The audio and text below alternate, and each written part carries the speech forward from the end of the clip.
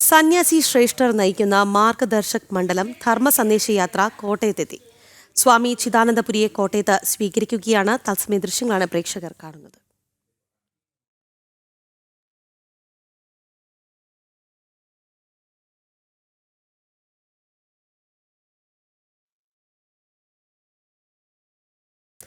സന്യാസി ശ്രേഷ്ഠർ നയിക്കുന്ന മാർഗദർശക് മണ്ഡലം ധർമ്മ സന്ദേശയാത്ര കോട്ടയത്ത് എത്തിച്ചേർന്നിരിക്കുകയാണ്. സ്വാമി ചിദാനന്ദപുരിയാണ് നയിക്കുന്നത്. കോട്ടയത്ത് അദ്ദേഹത്തെ സ്വീകരിക്കുകയാണ്.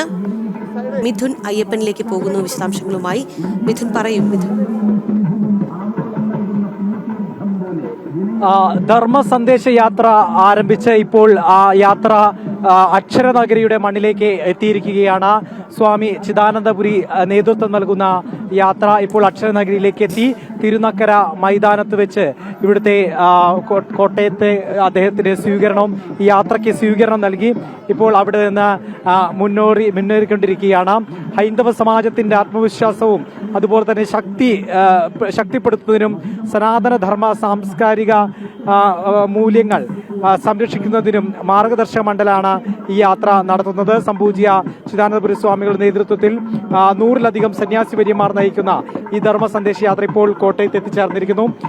കേരളീയ സമൂഹം നേരിടുന്ന ധാർമ്മിക ചുതിക്കെതിരെ ബോധവൽക്കരണത്തിന്റെ ഭാഗമായാണ് ഈ ധർമ്മ സന്ദേശ യാത്ര സംഘടിപ്പിച്ചിരിക്കുന്നത്. ഇത്തരത്തിൽ ചൂഷണം പോലുള്ള നിരവധി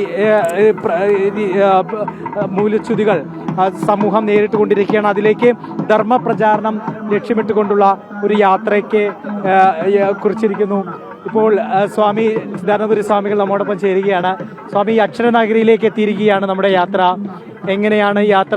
ഇപ്പോൾ ഒരു പാതി ദൂരം പിന്നിടുമ്പോൾ എങ്ങനെയാണ്? നമ്മൾ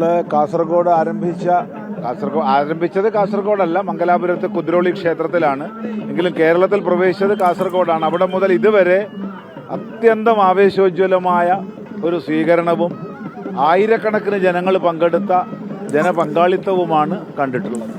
ഇപ്പോൾ നമ്മുടെ സമൂഹം നേരിടുന്ന നിരവധി മൂല്യച്യുതികളുണ്ട്, നിരവധി കാര്യമായിട്ടുള്ള പ്രശ്നങ്ങളുണ്ട്. ഈ പ്രശ്നങ്ങൾക്ക് ആത്മീയതയും നമ്മുടെ ധാർമ്മിക മൂല്യ സംരക്ഷണവുമാണ് പരിഹാരമെന്നാണല്ലോ ഈ യാത്രയുടെ സന്ദേശം തന്നെ. എങ്ങനെയാണ് ആ സന്ദേശത്തിന് ജനങ്ങളിൽ നിന്ന് ലഭിക്കുന്ന ധാർമ്മികമായ ജീവിതം, നമ്മുടെ നിത്യജീവിതത്തിലുള്ള ആചാരാനുഷ്ഠാനങ്ങൾ, ശാസ്ത്രബോധം ഇവയുണ്ടെങ്കിൽ നമ്മുടെ സമാജം ഒരു പ്രകാരവും ചൂഷണം ചെയ്യപ്പെടില്ല. ആ ഒരു തിരിച്ചറിവ് നൽകുകയാണ് ഈ യാത്ര കൊണ്ട് ഉദ്ദേശിക്കുന്നത്.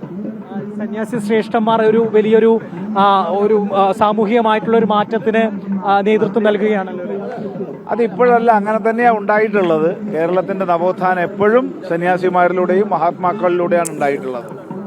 തീർച്ചയായും. അപ്പോൾ യാത്ര പുരോഗമിച്ചുകൊണ്ടിരിക്കുകയാണ്. ഇപ്പോൾ കോട്ടയത്തിന്റെ അക്ഷരനഗരിയുടെ വീതിയിലൂടെ നടന്നു പോകുന്നു.